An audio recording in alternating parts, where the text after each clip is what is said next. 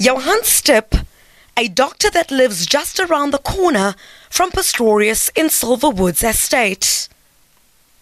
He was one of the first people to arrive on the scene.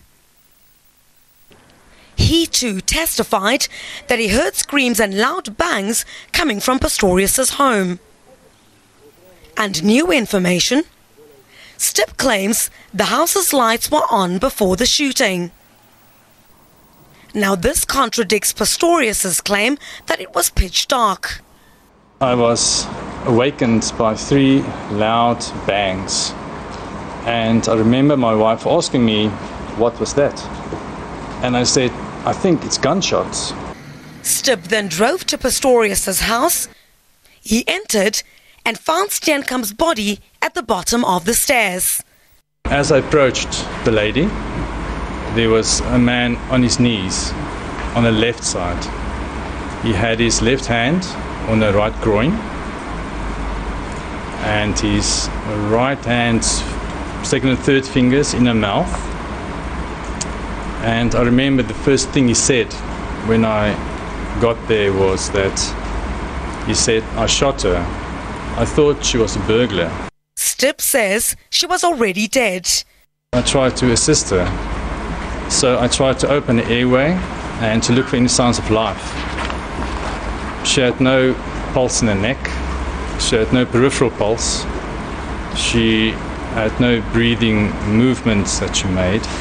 She was clenching down on Oscar's fingers as he was trying to open her airway. Stipp said Oscar remained by her side, sobbing uncontrollably. During that time, while I was trying to ascertain if she is revivable, Oscar was crying all the time. He prayed to God to please let her live. She must not die. The images of the scene at the bottom of the staircase where Reeva Steenkamp's body was found were so graphic that they could not be shown in court. But Oscar Pistorius could not contain his emotions. He sobbed and held his head in his hands. The defense again suggested that the bangs were Pistorius breaking down his toilet door with a cricket bat. And the screams? Pistorius shouting for help. So we have to make up. Can it be and could it be that when Mr. Pistorius is anxious, that you will hear him when his voice goes up, that it resembles a woman screaming? Roo again dismissed the possibility of Steenkamp screaming.